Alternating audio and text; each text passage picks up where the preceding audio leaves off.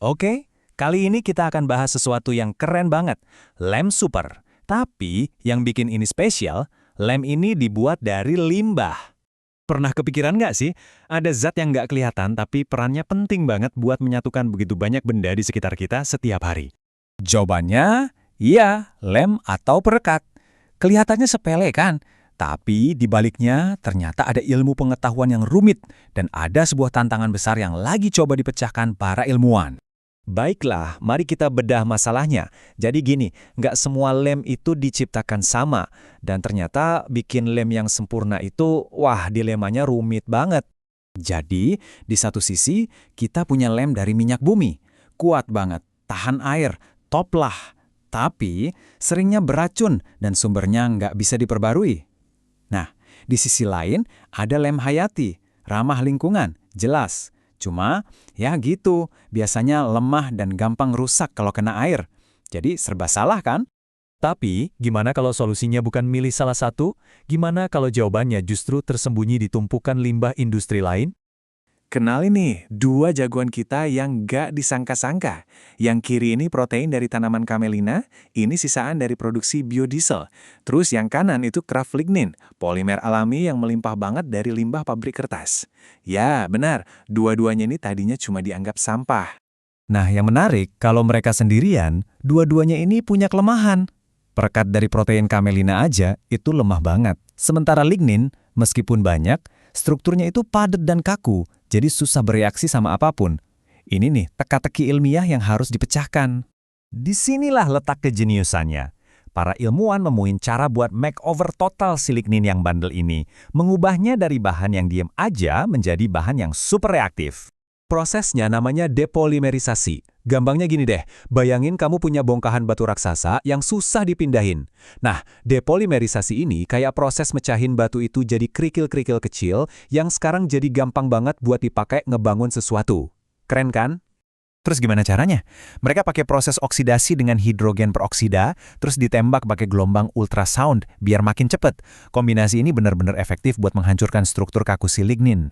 Apa hasilnya? Ada 3 perubahan besar. 1, ukuran partikelnya jadi jauh lebih kecil. 2, proses ini nambahin banyak pegangan kimia di permukaannya. Dan yang paling penting, reaktivitasnya jadi meroket. Lignin yang udah di-upgrade ini sekarang siap tempur. Dan ini buktinya, bisa kalian lihat sendiri. Yang kiri itu lignin asli, bongkahan gede dan padat. Terus lihat yang kanan, setelah di makeover, hancur jadi partikel-partikel super kecil, efek batu pecahnya kelihatan jelas banget. Nah, sekarang kita sampai ke bagian puncaknya. Apa yang terjadi waktu lignin yang udah diubah ini dicampur sama protein camelina? Ini dia pertanyaan utamanya. Apakah semua proses ribet tadi benar-benar ngasilin perekat yang lebih bagus? Apa yang berhasil? Hasilnya, wow, benar-benar luar biasa. Lihat deh grafiknya. Kekuatan basahnya, jadi ini kemampuan lem buat bertahan pas basah ya, itu naik lebih dari 400%. Angkanya lompat dari cuma 0,28 jadi 1,43 megapascal. Ini lompatan yang gede banget. Ingat angka ini ya, 1,43 megapascal. Ini angka sakti yang nunjukin kekuatan basah puncaknya. Angka ini yang bikin lem hayati ini jadi pemain di kelas yang sama sekali baru. Buat ngebuktiin lagi, mereka melakukan tes rendam di air yang super ketat. Lem yang cuma dari protein camelina gagal total, 0%. Tapi, lem baru yang isinya campuran protein sama lignin yang udah diolah, 100% lulus. Kuat banget. Jadi, apa sih rahasianya? Kenapa bisa sekuat itu? Jawabannya ada di 2 hal, adhesi dan kohesi.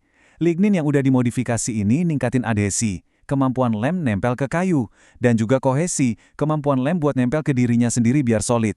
Dua-duanya ini kunci buat bikin ikatan yang super kuat. Oke, jadi apa artinya ini semua di dunia nyata? Kenapa penemuan di laboratorium ini penting banget buat kita? Coba kita bandingin. Lem urea formaldehida yang biasa kita temuin yang sebenarnya beracun, kekuatannya cuma 0,40 MPa. Perekat hayati baru ini bukan cuma ngalahin itu, tapi juga lebih kuat dari pesaing lem hayati lainnya. Dan yang paling penting, ini lebih kuat dan nggak beracun. Jadi inilah gambaran besarnya. Penemuan ini itu contoh sempurna ekonomi sirkular, mengubah sampah jadi harta karun.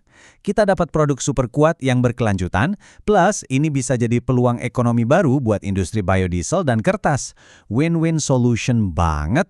Ini bikin kita mikir kan, kalau lem sekuat ini aja bisa dibuat dari limbah, kira-kira rahasia keren apa lagi ya yang masih tersembunyi di tumpukan sampah industri kita?